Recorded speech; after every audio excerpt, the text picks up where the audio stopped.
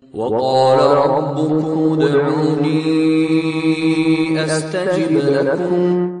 Baik, karena kita sangat dekat dengan bulan Ramadan di depan mata, jadi memang kita sedang membahas rahmat Allah subhanahu wa ta'ala di bulan Ramadan. Kalau kita masih diberikan umur, ibu-ibu sekalian, untuk bisa meraih Ramadan, maka raih baik-baik. Ya. Betul-betul Ramadan itu kalau ada baunya, dia sangat wangi. Kalau ada wujudnya, dia sangat indah. Ya, dia akan penuh dengan cahaya. Ini bulan yang Allah pilih secara khusus dari 12 bulan atau yang ada dalam satu tahun, dikhususkan bulan ini dengan banyak sekali keutamaan. Sebagaimana Allah telah memilih Jibril, Mikail, Israfil dari kalangan malaikat menjadi pemimpin para malaikat dari sekian miliar jumlah malaikat, juga dipilih 25 nabi dan rasul dari kalangan manusia dan mengerucut ada ulul azm, nabi pilihan ada 5, Nuh, Ibrahim, Musa, Isa dan Muhammad alaihi wassalatu wassalam, dan mengerucut lagi ada satu pemimpin seluruh manusia, Nabi Muhammad alaihi wassalatu wassalam. Begitu juga Allah muliakan tempat, ada Mekah sama Madinah. Sholat di Mekah 100.000 pahala dibandingkan tempat lain. Sholat di Masjid Nabawi di Madinah 1.000. Ini Allah muliakan tempat-tempat ini. Begitu juga dengan waktu, Allah muliakan Ramadan dibandingkan bulan-bulan lain. Ulama mengatakan, ibu-ibu sekalian, kalau seandainya ada orang mati sekarang, kemudian dihidupkan kembali, dan disuruh pilih, silakan pilih satu hari. Dari 365 hari satu tahun, kira-kira untuk supaya hidup lalu meninggal lagi, dia akan pilih Ramadan karena banyaknya keutamaan di bulan Ramadan. Ya, kalau seandainya orang-orang yang sudah mati di kuburan yang sering kita lewatin, yang kita lihat gundukan tanah dan batu nisan itu bisa berbicara, pasti mereka akan menyampaikan bahwasanya maksimalkan waktu kalian, ya, kalau kalian masih bisa diberikan hidup. Saya baru buka ceramah kita ini juga dengan sebuah kisah, Bu, ya. Di masa Nabi Muhammad SAW dulu ada 3 orang masuk Islam. Dari Arab Badui, satu suku masuk Islam. 3-3-nya ini kemudian dijamu dan diberikan tempat oleh seorang sahabat mulia namanya Talha bin Ubaidillah radhiyallahu anhu. Ini salah satu dari 10 sahabat yang dijamin masuk surga.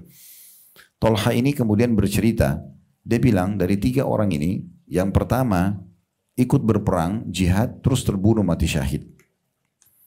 Berjalan waktu, jedah cuma sepekan atau beberapa hari, orang yang kedua ikut juga berperang, mati syahid. Tinggal 1 orang.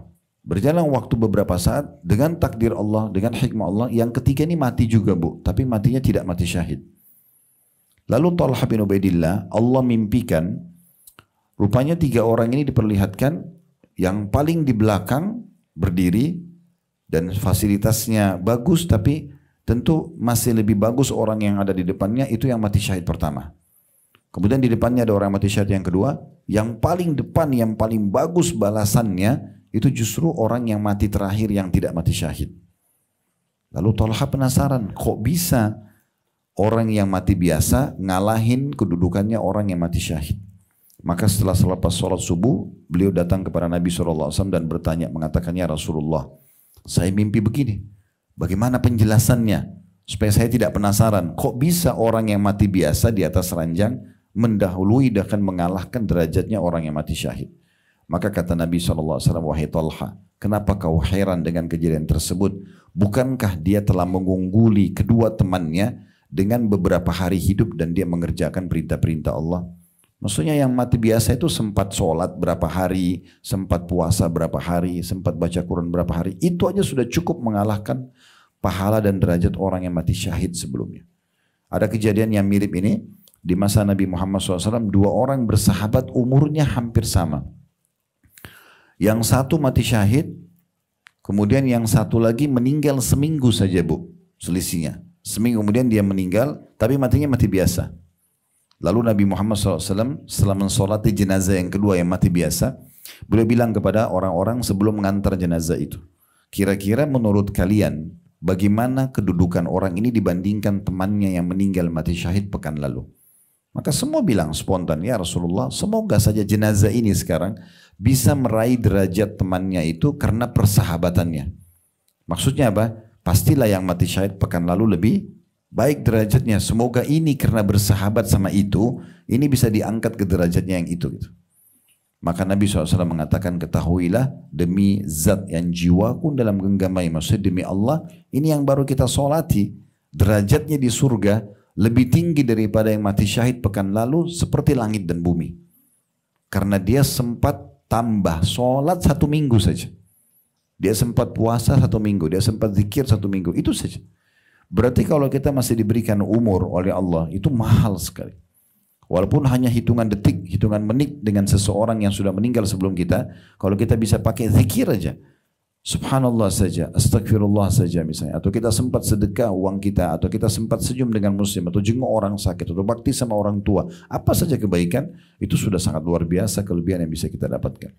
Oleh karena itu dengan datangnya Ramadan ini betul-betul kita harus maksimalkan, ya. Tepis semua was-was syaitan yang membuat kita berpikir, oh kalau Ramadan tiba saya harus puasa 1 bulan. Puasa ini Bu, training kesehatan. Kalau badan kita ini robot, ya, kalau badan kita robot, ini mungkin sudah rusak.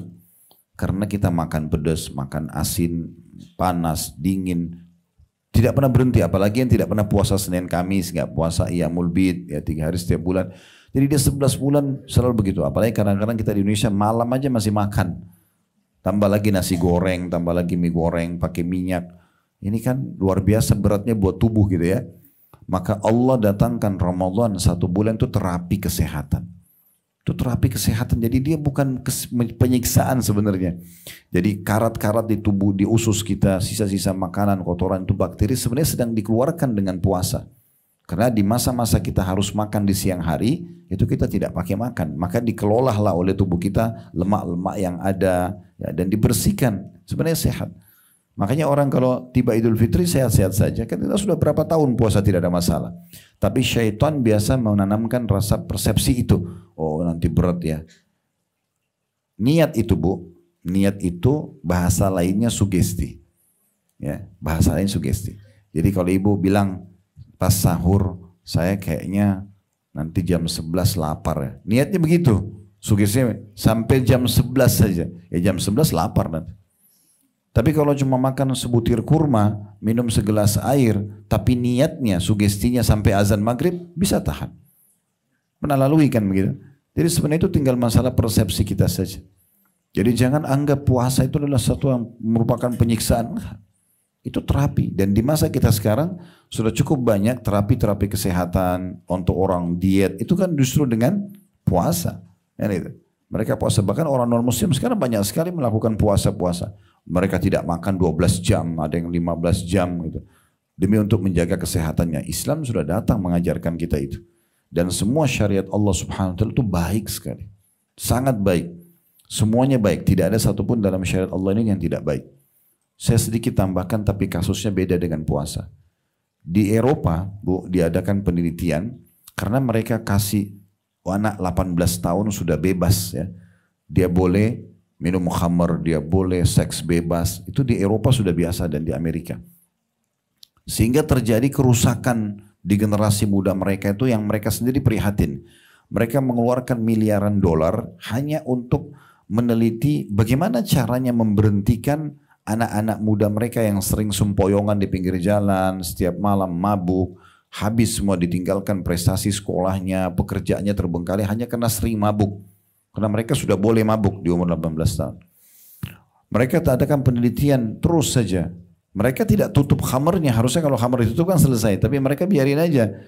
Karena itu dianggap kebebasan. Ya udah, dibiarin. Jadi mereka pikir gimana caranya nih supaya bisa berhenti. Sampai akhirnya beberapa tahun lalu ada 2 orang dokter dari Rusia itu menemukan ternyata ada urat-urat saraf di punggung manusia itu pengaruhnya ada dengan ketagihan. Maka 2 dokter ini mengadakan penelitian dengan cara menggunakan tongkat atau alat pukul untuk memukul punggung orang-orang yang mabuk. Itu hitungannya antara 60 sampai 80 kali. Dan sekarang di Rusia, klinik mereka itu hampir setiap hari penuh orang yang mau terapi kehilangan ketagihan minuman keras ya. Dicambuk bayarnya $100 satu kali terapi. Islam datang mengajarkan apa? Kalau pemabuk bagaimana dihukum? Dicambuk. Islam datang bukan dirajam. Kalau rajam orang berzina, kalau orang mabuk itu dicambuk. dicambuk 40 kali, 40 derah ya, punggungnya. Ternyata itu ada hikmahnya. Yang kita yang titik beratkan, semua yang Allah perintahkan itu Bu pasti baik. Semua yang Allah larang itu pasti buruk. Allah suruh kita amanah, tanggung jawab, bakti sama orang tua, jenguk orang sakit, bantu orang susah, semuanya baik-baik. Yang tidak baik, bohong, menipu, menggunjing, memfitnah, mencuri, membunuh, semua tidak boleh. Berarti orang itu kalau ngikutin agama ini sebenarnya jadi bagus hidupnya. Kan gitu. Nah di antaranya tadi masalah puasa. Jadi ini sebenarnya bulan yang sangat luar biasa karena memang dia terapi kesehatan di antaranya. Baik, bulan Ramadan ini ya, ibu-ibu sekalian adalah bulan yang memang setiap kali mau datang Nabi SAW selalu menyampaikan ya kepada para sahabat agar mereka menyambut Ramadan dengan baik. Ya, di dalam sabda beliau, sungguhnya telah datang kepada kalian bulan Ramadan, bulan yang penuh dengan keberkahan. Dalam riwayat lain, rahmat. Ya. Keberkahan itu apa maksudnya? Kecukupan. Allah cukupi kebutuhan kita di bulan Ramadan. Mungkin dengan sedikit buka puasa, sedikit makan sahur, udah cukup. Waktu kita lebih panjang. Karena biasanya yang kita pakai makan siang, sekarang kita tidak pakai makan siang. Kita lebih banyak aktivitas. Dan bulan Ramadan, dengan kita tidak sibuk dengan makanan dan minuman itu sebenarnya kita bisa lebih banyak beraktivitas. Nah seperti itu ya. Awal disyariatkannya bulan Ramadan itu tahun 2 Hijriah. Jadi di masa Mekah itu belum ada puasa Ramadan. Bulan Ramadan ada, tapi belum ada perintah puasa. Itu diperintahkan tahun 2 Hijriah. Tahun 1 Hijriah Nabi pertama hijrah ke Madinah itu belum ada puasa Ramadan. Tahun kedua. Dan di saat itulah disyariatkannya perang Badr. Dan sahabat-sahabat Nabi lagi pergi berperang itu ada yang puasa. Puasa tidak menghalangi mereka untuk beraktivitas. Kembali saya bilang tadi tergantung sugesti kita, niat kita. Kalau kita niat insya Allah baik maka akan jadi baik. Gitu. Nah bulan Ramadan ini bulan di mana kita harus memperbanyak ibadah kepada Allah Subhanahu Wa Taala, dimulai dari membaca Al-Quran. Tentu yang wajib-wajib dulu ya, itu jelas sholat sudah bisa lagi didiskusikan karena itu sudah pasti. Sekarang tinggal ibu tingkatkan kualitasnya. Kalau biasanya dengar azan masih aktivitas, sekarang Ramadan tingkatkan kualitasnya. Udah sebelum azan sudah wudu, begitu azan sudah tinggalkan semua aktivitas sholat. Nah itu kita tingkatkan kualitas ke situ. Kemudian kita masuk hal-hal yang disunnahkan, misal seperti membaca Al-Quran. Nah ini baca Al-Quran memang harus ibu jadikan program utama selama Ramadan. Dan Al-Quran memiliki 4 hak dari kita. Yang pertama ibu baca. Baca berurut ya. Mulai dari surah nomor 1 Al-Fatihah, surah nomor 2 Al-Baqarah, surah nomor 3 Al-Imran, surah nomor 4 An-Nisa, surah nomor 5 Al-Ma'idah, Al-An'am, terus gitu ya, Al-Anfal, Al-A'raf, terus sampai surah nomor 114 yaitu An-Nas. Ya. Jadi ibu urut baca sampai selesai ulang lagi. Itu hak pertama Al-Quran. Dan kata Nabi SAW, Iqra'ul Quran fa innahu ya'ti yawmal qiyamatu syafi'an di ashabi. Bacalah Al-Quran karena dia akan jadi penolong bagi pembacanya pada hari kiamat. Dia akan datang di hadapan Allah mengatakan, sungguhnya ya Allah, dia meninggalkan tidurnya ya, demi untuk membacaku di malam hari, maka berikanlah pertolongan kepadanya, maka Allah berikan pertolongan dengan itu. Dan juga Nabi SAW itu ya, sangat dermawan, ajwad.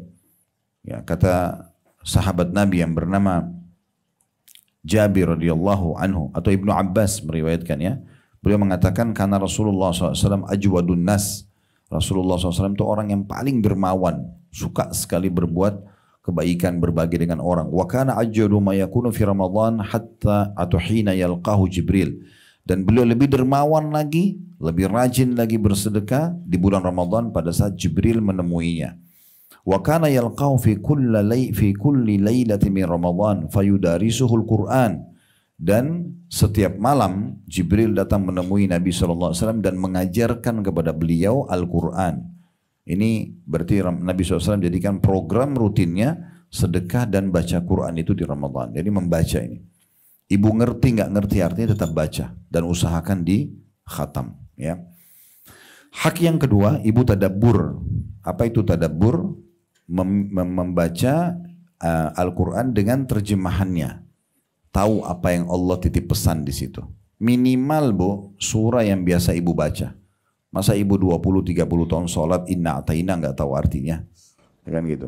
Wattini wazzaitun tidak tahu artinya, tabbat yada tidak tahu artinya, kan sayang banget. Sementara salah satu sebab kita khusyuk adalah ngerti apa yang kita baca. Al-Fatihah tidak tahu artinya misalnya, Al-Falaq tidak tahu artinya, An-Nas tidak tahu artinya, ini sayang sekali. Nah ibu pilih surah-surah dalam tadabbur ini yang ibu paling ingin baca, tahu terjemahannya. Misalnya ibu-ibu mau tentang perempuan ada surah An-Nisa, ada surah Maryam. Misalnya mau baca tentang nabi-nabi, ada surah Hud, surah Yunus, Yusuf, Ibrahim, ya.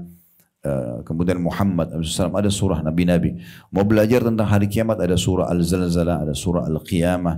Mau belajar tentang misalnya hewan-hewan, ada surah Al-Baqarah, sapi betina, Al-Ankabut, laba-laba, ada An-Naml, semut, ada Al-Fil, gajah. Kenapa Allah namakan dengan nama-nama hewan? Itu kan bisa kita belajar. Nah ini ibu tadabbur namanya. Nah jadi kalau tadabbur tidak harus berurut. Kayak tadi kalau kita baca dari surah pertama Al-Fatihah sampai An-Nas itu. Tapi ibu bisa pilih surah mana yang ibu suka. Kemudian ibu mulai membaca ayatnya sama terjemahannya. Ini cara tadabbur. Kemudian yang ketiga adalah haknya ibu hafal. Dan kalau tadabbur itu bisa 10 ayat per hari. Kalau 10 ayat per hari ini berarti ibu bagi habis subuh 2 ayat, habis duhur 2 ayat, asar 2 ayat, maghrib 2 ayat, 3 isya 2 ayat. Berarti 10 ayat per hari. Al-Quran itu 6.200 sekian ayat. Ya. 6.000 sekian ayat intinya. Nah kalau ibu baca 10 ayat per hari, anggap di Ramadan nanti mulai dari hari pertama, dan puasa kita 30 hari, berarti 10 kali 3, 30 itu berarti ada 300 ayat. Ya. Ibu sudah tadabbur, sudah baca dengan terjemahannya. Oh tahu apa yang Allah pesankan di situ.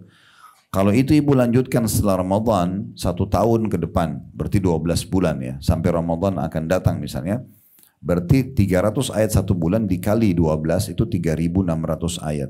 Kurang dari 2 tahun ibu sudah selesai tadabbur semua ayat-ayat Al-Quran. Itu bagus sekali ya. Dan yang ketiga haknya adalah menghafal Al-Quran. Mulai sekarang ibu coba tambah hafalannya, ditambah ya. Jangan surah-surah itu terus ya, ditambah hafalannya. Dan jangan selalu benarkan bisikan syaitan, oh saya sudah berumur kayaknya saya susah menghafal. Itu kan sugestinya negatif. Berapa banyak orang yang hafal Quran di umur 60 tahun, 70 tahun, mereka hafal Quran. Tidak ada yang menghalangi, yang penting mulai dulu. Mulai dulu, nanti bagaimana Allah sempurnakan itu biar Allah kasih taufiknya. Yang penting kita mulai dulu. Saran saya, kalau ibu mau mudah, ibu seperti tadi tadabbur. Hafal 1 hari 10 ayat saja. 2 ayat habis subuh, 2 ayat habis duhur, 2 ayat habis asar, 2 ayat habis maghrib, 2 ayat habis isya. 10 ayat per hari, ibu pakai, dibaca pada saat sholat-sholat. Kan gitu. Rakaat pertama 5 ayat, rakaat kedua 5 ayat. Besok tambah lagi.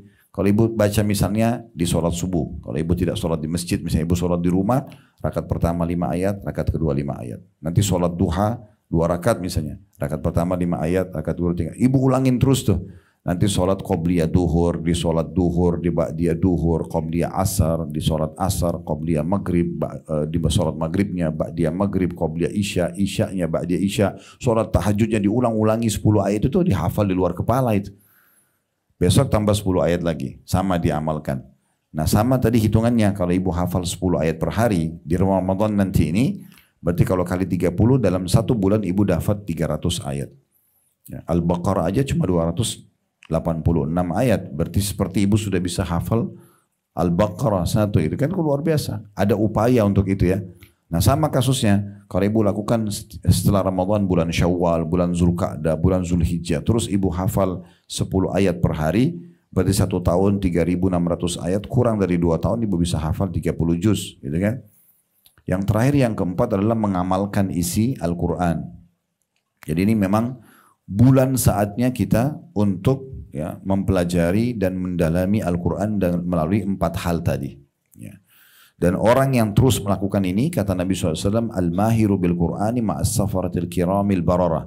Orang yang mahir dalam Al-Quran, bacaannya, dia merenungi maknanya, dia perbanyak hafalannya, dia praktikin dalam hidupnya, maka mereka akan bersama dengan para malaikat-malaikat yang mulia, kedudukannya maksudnya.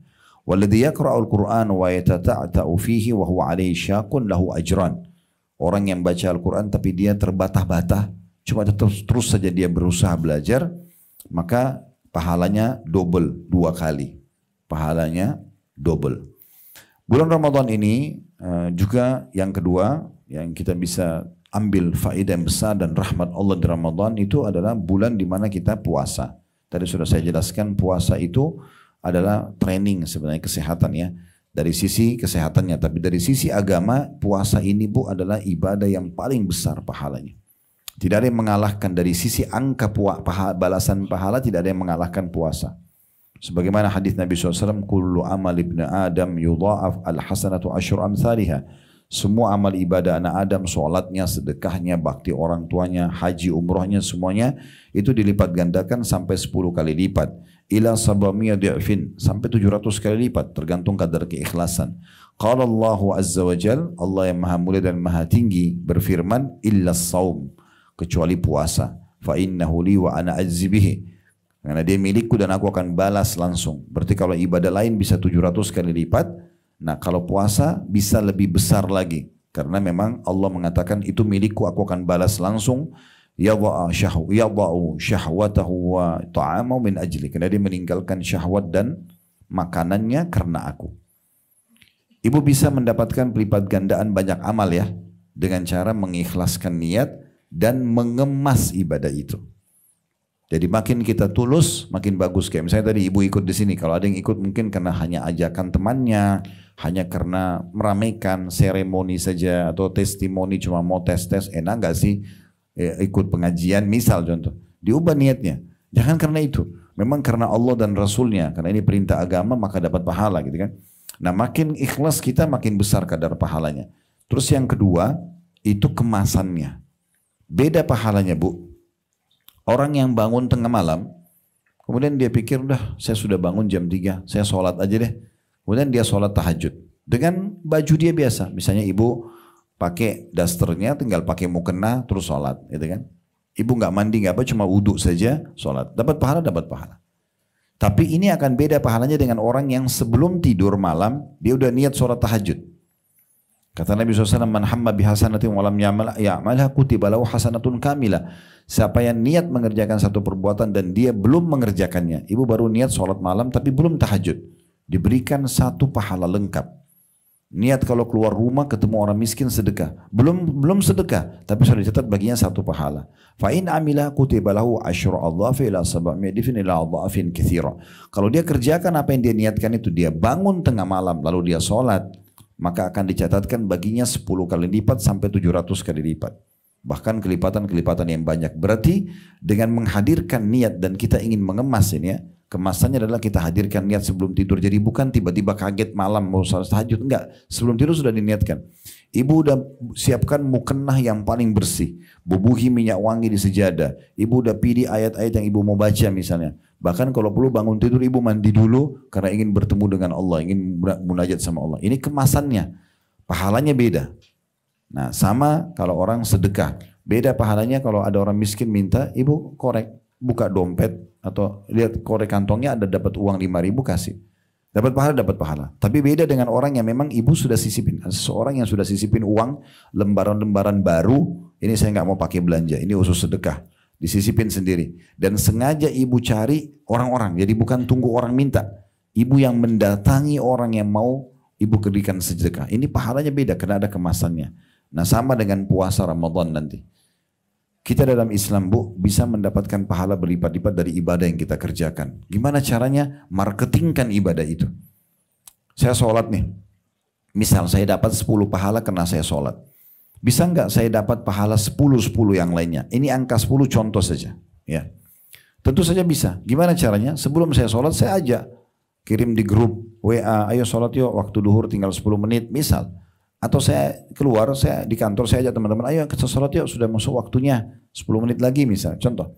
Lalu dari 100 orang teman-teman di kantor atau di grup itu ada 10 orang aja, oh iya ya sudah waktu sholat, dia wudhu, dia sholat. Maka anggap mereka dapat semua 10 pahala, 10 orang ini masing-masing 10 kena sholat. Tapi kita karena marketingkan sholat itu kita ajak orang, kita dapat 10 ditambah 100 pahala mereka. 10 semua kita dikasih tanpa dikurangi dari pahala mereka sedikit pun. Karena itu bagus kan? Kan gitu. Nah sama juga dengan ibadah-ibadah yang lainnya sama. Nah puasa juga begitu. Ibu motivasi orang, ibu ajak orang. Bahkan kita punya kesempatan luar biasa untuk melipat gandakan pahala kita di Ramadan ini dengan membuka puasakan orang. Ya. Buka puasain orang. Ya. Ibu siapin semampunya. Ibu cuma mampu 1 gelas air mineral nggak masalah. Tapi ini sering saya kasih contoh di pengajian. 1 dus air mineral bu, itu harganya 20.000 sampai 30.000. Isinya 48 gelas. Pernah lihat kan itu? Itu murah sekali. Anggap 30.000 misalnya. Kita beli. Berarti kalau ibu sedekah itu saja 1 dus 30.000 48 gelas untuk 1 bulan deh. Satu aja ibu cuma keluarin 30.000 keluarin. Berarti ibu di Ramadan nanti itu atau 1 hari saja ibu keluarkan. Sekali saja. Di hari pertama Ramadan misalnya. Berarti hari pertama Ramadan ibu dapat pahala puasa ibu sendiri. Plus ibu dapat 48 pahala puasanya orang lain. Kalau masing-masing orang yang puasa minum 1 gelas. Ibu nyumbang di musola dekat rumah. Misalnya ibu kirim ke rumah keluarga. Ibu kirim ke pesantren. Berarti kita bisa di hari yang sama dapat 49 pahala puasa. Satu kita 48 yang lain. Ini kita bicara 1 dus ya. Kalau ibu programin 1 hari 1 dus. Misal 30.000 1 hari. Kali 30 hari berarti 900.000 1 bulan. Ibu kasih. Berarti 48 kali 30. Gitu kan? Itu banyak sekali pahala yang bisa kita dapatkan.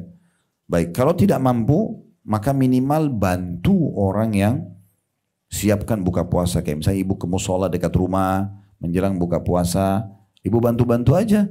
Siap-siapin buka puasanya. Itu juga dapat pahala mereka. Gitu kan? Kalau tidak bisa juga misalnya. Maka pada saat ibu buka puasa di musola dekat rumah, minimal berikan saja kurma atau air ibu kepada teman di sebelah.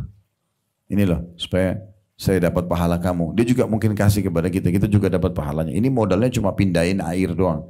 Kalau ini juga tidak mau luar biasa. Nah, sayang sekali gitu, ya, tersia-siakan. Nah ini bisa kita lipat gandakan. Pernah sahabat mengatakan waktu Nabi SAW mengatakan siapa yang buka puasakan orang lain, dia akan dapat pahala seperti orang yang dibuka puasakan tanpa dikurangi sedikit pun dari pahala mereka. Ada sahabat bilang, ya Rasulullah, enggak semua orang bisa buka puasain orang. Karena di benaknya sahabat ini, buka puasain orang itu mahal. Kayak misalnya kita anggaplah makan makanan nasi campur lengkap, 30.000 rupiah mungkin ya. Kita pikir oh itu besar. Padahal sebenarnya tidak harus begitu.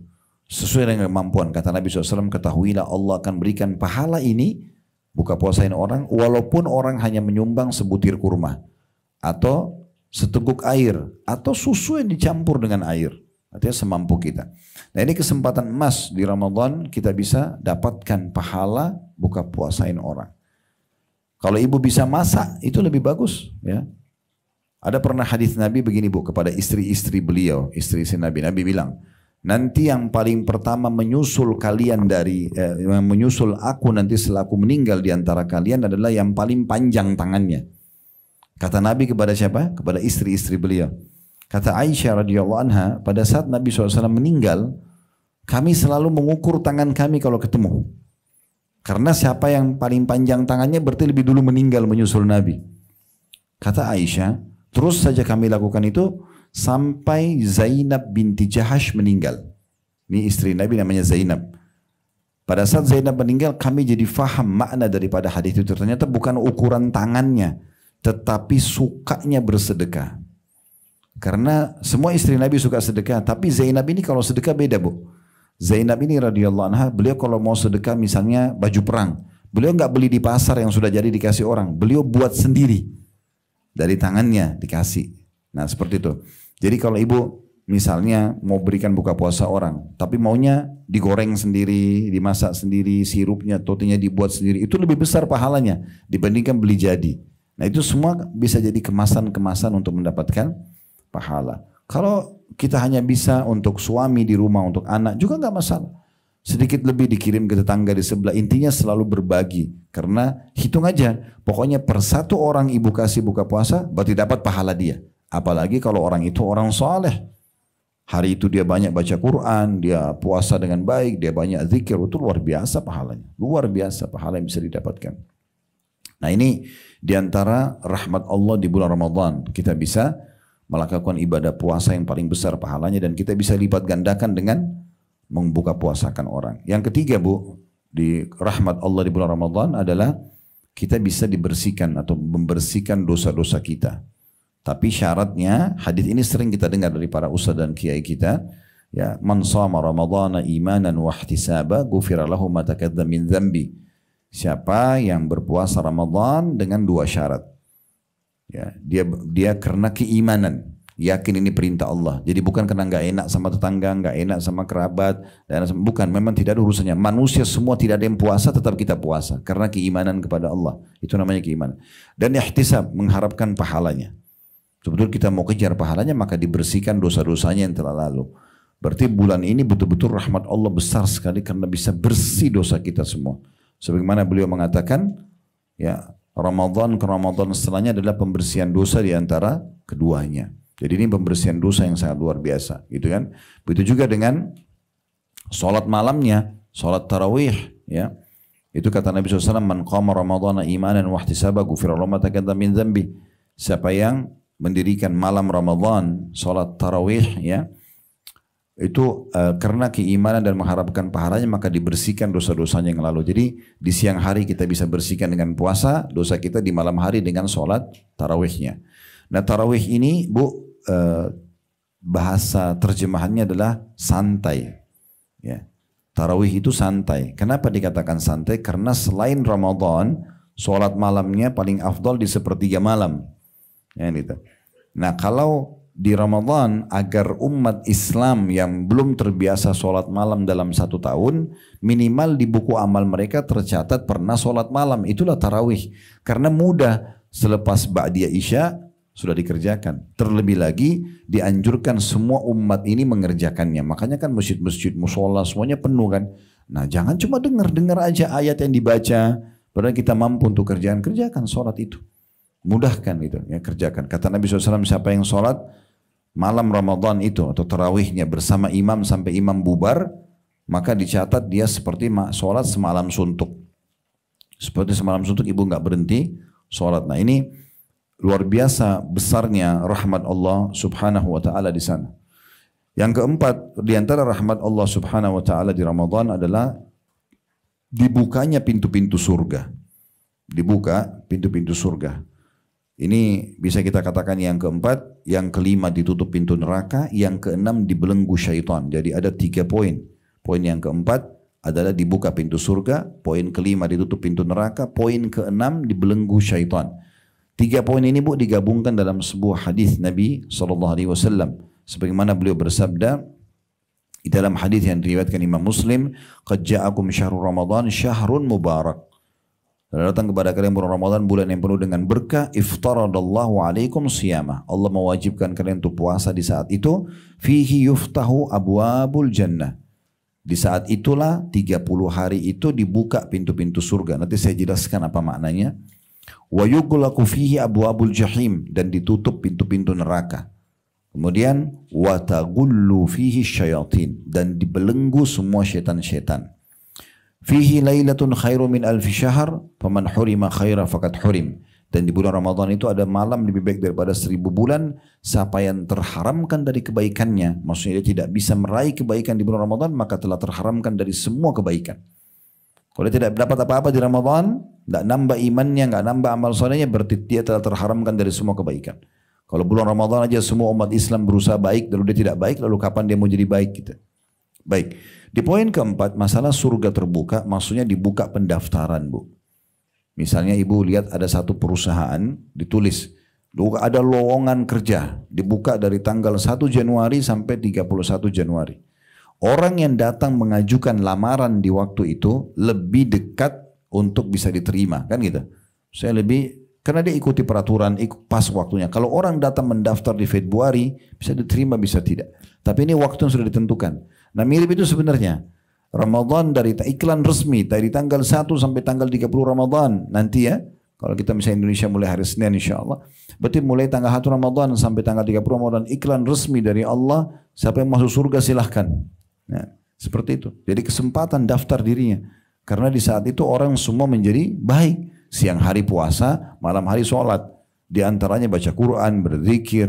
Dan umumnya orang yang puasa itu kalau dia faham ini ya. Dia akan jauhkan dirinya dari noda-noda dosa. Jangan sampai nanti malah dengan dia buat dosa mencoreng ya puasanya. Seperti misalnya gosip orang, berbohong, nonton yang haram dan segala macam. Itu bisa membatalin puasa dia. Maka ditinggalkan semua, otomatis berarti dia kerjakan ketaatan, dia tinggalkan yang dilarang. Ini akan lebih membawa dia ke dalam surga. Itu maksudnya pendaftaran ke surga. Yang kelima, rahmat Allah itu adalah ditutup pintu neraka. Jadi ditutup semua pintu neraka, artinya tidak ada lagi orang yang masuk neraka di saat itu. Ya, dan perlu ibu fahami, di bulan Ramadan kata Nabi SAW itu ada orang-orang yang Allah bebaskan dari api neraka, Bu. Dibebaskan dari api neraka, diistilahkan dengan utaqa'ur rahman atau utaqa minan nar, ya. Orang-orang yang dibebaskan dari api neraka. Dan kata Nabi SAW, dan itu terjadi di setiap malam, dari malam-malam Ramadan. Nah, bisa kita hubungkan dengan tadi rahmat Allah yang kelima di bulan Ramadan, yaitu ditutup pintu neraka. Maksudnya ibu bisa kesempatan mohon kepada Allah agar kita selamat dan dihapus nama kita dari neraka. Karena sekarang ini Bu, di saat kita masih hidup, kita punya tempat di surga, punya tempat di neraka. Sampai nanti kita meninggal dunia. Kalau kita meninggal dalam keadaan muslim baik, kita masuk ke surga kita. Kalau kita meninggal dalam keadaan kafir, masuk ke neraka kita. Kan gitu. Jadi semua punya surga dan neraka. Nah, kita kesempatan di Ramadan untuk menghapus nama kita dari api neraka. Mohon kepada Allah. Ya Allah, selamatkan aku, keluargaku, ya, siapapun yang kita minta supaya diselamatkan dari api neraka. Yang keenam, dibelenggu syaitan. Syaitan kita tahu yang menyesatkan manusia. Belenggu itu berarti tangannya diikat, lehernya diikat, kakinya diikat. Coba bayangkan Bu, ibu kalau mau lomba lari ya sama seseorang yang jadi rival ibu, tapi kakinya diikat. Kita nggak usah lari, jalan aja, pasti menang, kan gitu. Itu kalau diikat biasa. Ini dibelenggu. Belenggu itu seperti ibu pernah lihat nggak orang diikat rantai, tapi ada besi besar. Nah itu dibelenggu itu ya. Jadi bukan cuma diikat biasa dia memang. Dia nggak bisa gerak. Lehernya pun ditahan, nggak bisa bergerak. Itu syaitan digituin sama Allah SWT. Di Ramadan saja. Berarti ibu di Ramadan tinggal santai saja. Ibadahnya, dosa tinggal nggak tolak, jauhi. Selesai. Syaitan nggak bisa seleluasa menggoda kita di luar Ramadan. Dalam riwayat lain, sesungguhnya syaitan-syaitan jahat dibelenggu oleh Allah di bulan Ramadan. Sehingga mereka tidak leluasa menggoda di luar Ramadan. Jadi kalau ada yang bilang, Ustadz kenapa di Ramadan masih ada orang buat dosa? Itu karena dia terlalu ikuti hawa nafsunya. Siapa kira-kira Bu yang menggoda iblis di saat Allah perintahkan dia untuk sujud kepada Adam, dia tidak mau sujud? Kita kan tahu pemimpin syaitan, iblis. Baik, siapa yang goda iblis pada saat itu? Disuruh sujud sama Adam, dia tidak mau. Hawa nafsunya. Dia ikuti hawa nafsunya. Jadi syaitan selalu tunggangi hawa nafsu kita sebenarnya. Itu ada dalam diri kita. Nah itu poinnya gitu kan. Nah syaitan-syaitan dibelenggu Bu. Dibelenggu sangat luar biasa. Nah saran saya, semoga Allah mudahkan kita mengamalkan. Itu kalau tiba Idul Fitri, berarti jarak kita sama syaitan itu 1 bulan. Jadi kalau kita jalan kaki aja itu 1 bulan. Mungkin dari sini sampai ke Thailand barangkali. Ya. Jauh banget ya jaraknya. Tapi sayangnya banyak di antara umat Islam, begitu tiba di dekat garis finish, ya sudah 1 bulan, dia berhenti di situ, dia tunggu musuhnya datang. Padahal sebenarnya tinggal jalan saja. Itu Idul Fitri Bu, kita seperti jaraknya sama syaitan 1 bulan, jauh sekali. Jangan lagi setelah itu, pelatihan-pelatihan yang sudah Allah berikan kita di Ramadan ini, lalu kita sia-siakan. 1 bulan dilatih puasa, nggak lagi puasa sunnah. Sayang sekali kan. Padahal Nabi bilang, siapa yang puasa Ramadan sebulan penuh, diikuti 6 hari saja dari bulan Syawal, sama pahalanya puasa 1 tahun. 6 hari ringan sekali, apalagi tidak harus berurut-urut. Bisa kita cicil, ya hari Senin dan Kamis, bulan Syawal, itu dilengkapkan dengan bulan Ramadan, berarti sama dengan puasa 1 tahun. Ibu bayangkan 365 hari ibu puasa tidak berhenti. Kan itu berat. Tapi Allah mudahkan dengan 1 bulan Ramadan tambah 6 hari saja dari bulan Syawal. Tapi banyak orang begitu lebaran sudah Alhamdulillah. Alhamdulillahnya ini bukan pada tempatnya. Bukan Alhamdulillah karena saya sudah terbiasa puasa, terbiasa sholat malam, siap praktek ini. Bukan. Alhamdulillah tidak puasa lagi. Alhamdulillah tidak lagi sholat malam. Alhamdulillah tidak baca Quran. Alhamdulillah sudah boleh pacaran lagi atau buat dosa. Kan jadi kacau ini. Salah. Alhamdulillah. Nah jadi praktekin itu.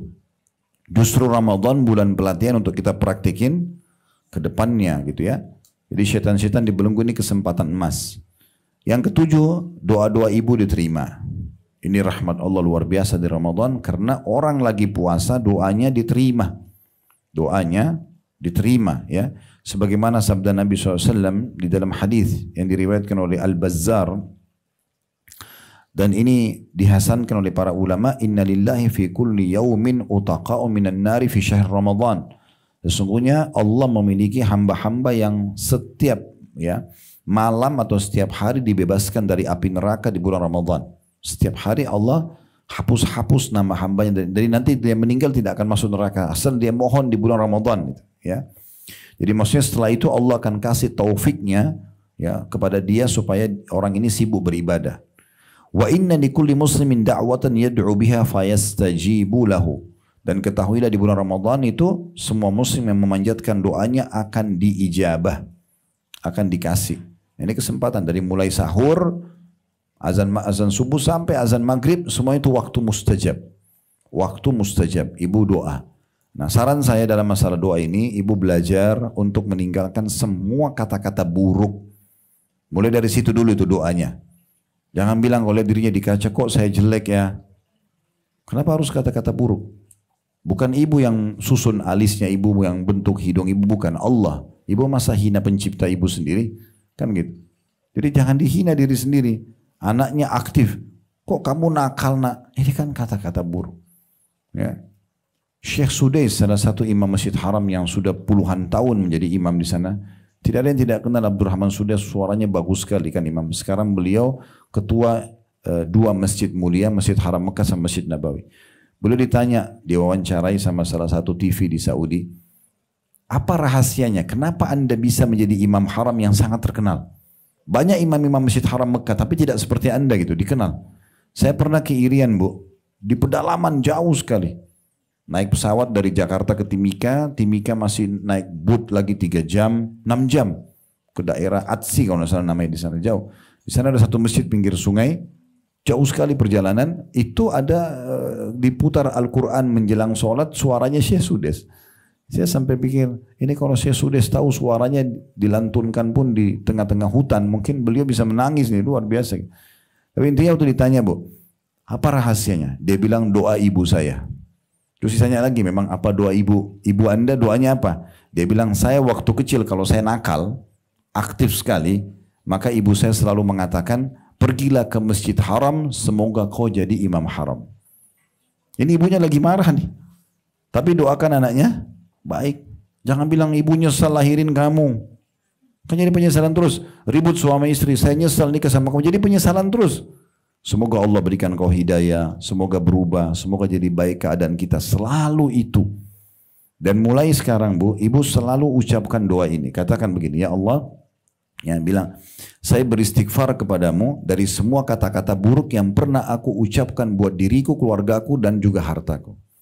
Bisa saja ada orang terhalangi rezekinya karena dia sendiri selalu mengucapkan kata buruk. Mungkin buat dirinya, mungkin buat keluarganya. Jadi mulai doa itu dengan kata-kata yang baik. Ya, itu penting sekali. Dan kata Nabi SAW, "Ma min muslimin yad'u bida'watin laisa fiha ithmun wala qati'atu rahim illa atahu Allahu biha ihda thalath."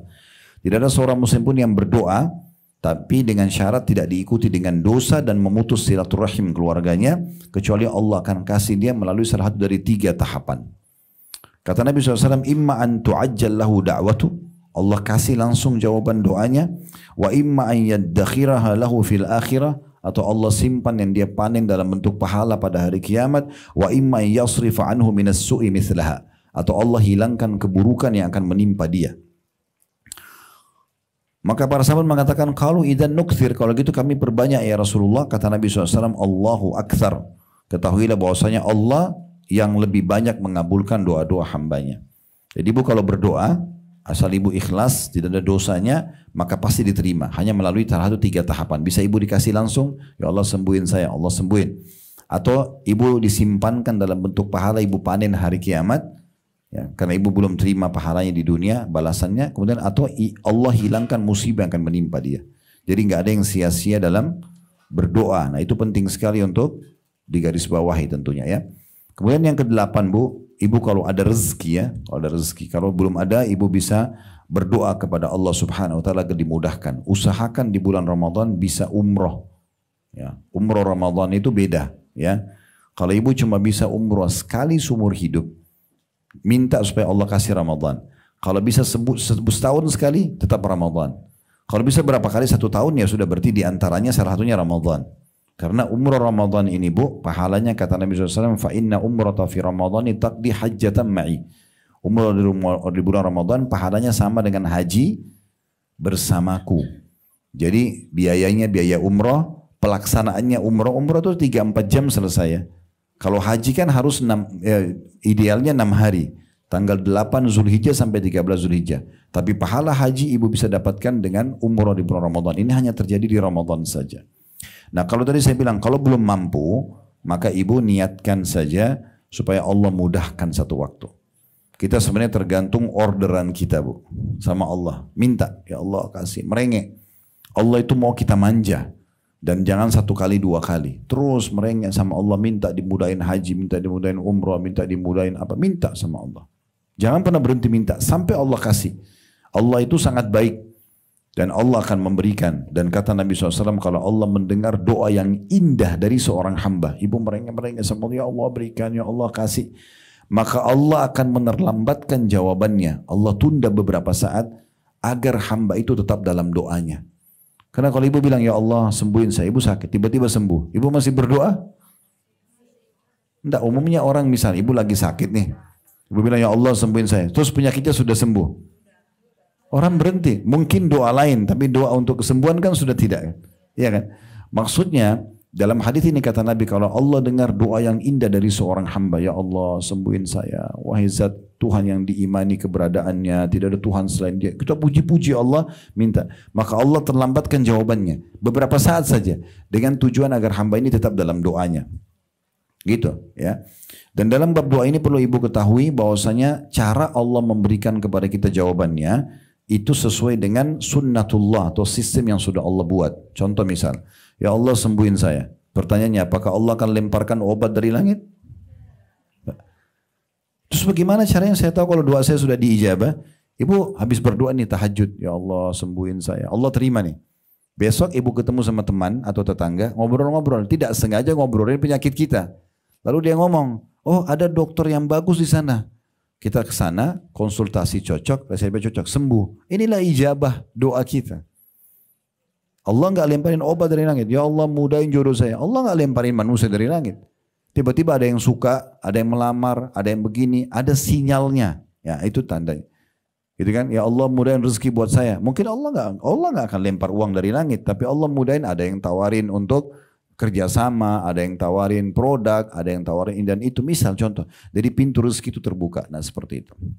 Yang ke-9, kita sudah tidak asing dengan adanya Lailatul Qadar. Nah ini walaupun terjadi Bu, di 10 malam terakhir, di malam-malam ganjil bisa 21, 23, 25, 27 atau 29, tapi tetap saja ini kata sebagian ulama akan Allah berikan kepada orang yang memang merindukan malam itu. Memang dari awal Ramadan dia sudah sibuk ingin mempersiapkan diri di situ. Kalau orang yang bilang, sudahlah kayaknya terjadi di malam 25 atau 27, dia tebak-tebak saja. Nanti malam itu saja saya baru ibadah misal. Bisa saja Allah buat dia tidur. Dia nggak ibadah. Kan gitu. Tapi orang yang dari awal memang rindu dengan malam ini beda. Karena malam ini mahal sekali. Satu harinya, satu malam itu khairum min alfi syahr. Lebih baik daripada 1000 bulan. Kalau kita bagi jadi di tahun ini, tepatnya 83 tahun plus 4 bulan. Ibu bilang begini, subhanallah, pas Lailatul Qadar. Selama kita hidup kan berarti kita akan lalui itu ya. Karena malam itu pasti terlalui kan gitu. Selama kita hidup. Misalnya dia terjadi di malam 27, kita masih hidup. Berarti kita pasti laluin. Cuma siapa yang Allah kasih taufiknya untuk beribadah. Ada banyak orang sibuk dengan beli baju baru, ada orang sibuk dengan ini dan itu, ada orang tidur, ada orang kumpul-kumpul, tidak ada manfaatnya misalnya. Dia tidak dapat taufik untuk ibadah kan gitu. Nah ini Allah akan kasih taufiknya kepada orang-orang tertentu. Terutama malam itu usahakan berdiri untuk sholat tarawih atau sholat malamnya. Karena kata Nabi SAW, man qama Lailatul Qadri imanan wa ihtisaba ghufira lahu ma taqaddama min dzambi. Siapa yang mendirikan malam Lailatul Qadar karena keimanan dan mengharapkan pahalanya, dibersihkan dosa-dosanya yang telah lalu gitu kan. Maka kita maksimalkan ini. Jadi ini sama dengan 83 tahun plus 4 bulan. Kalau ibu bilang misalnya, subhanallah pas Lailatul Qadar. Maka sama dengan mengucapkan subhanallah 1000 bulan. Atau 83 tahun plus 4 bulan. Atau sedekah 1000 rupiah. Sama dengan kalau pas Lailatul Qadar sama dengan 1000 bulan bersedekah. Baca Quran sama semua pahalanya. Oleh karena itu ini kita harus kejar dan niatkan dari sekarang. Dari sebelum Ramadan supaya Allah berikan kepada kita keutamaan Lailatul Qadar yang luar biasa gitu ya. Dan jangan pilih-pilih malamnya Bu ya. Jangan bilang oh kayaknya malam 27, kayaknya malam 25. Karena Nabi SAW lebih mengatakan taharru Lailatul Qadri fil witri min ashril awakhir min Ramadan. Kejar Lailatul Qadar itu di malam-malam ganjil dari 10 terakhir Ramadan. Berarti bisa malam 21, malam 23, malam 25, 27 atau 29. Maka dia bisa berkisar di situ, maka jangan disia-siakan. Kerjakan semua kebaikan-kebaikan di waktu itu. Allahu a'lam.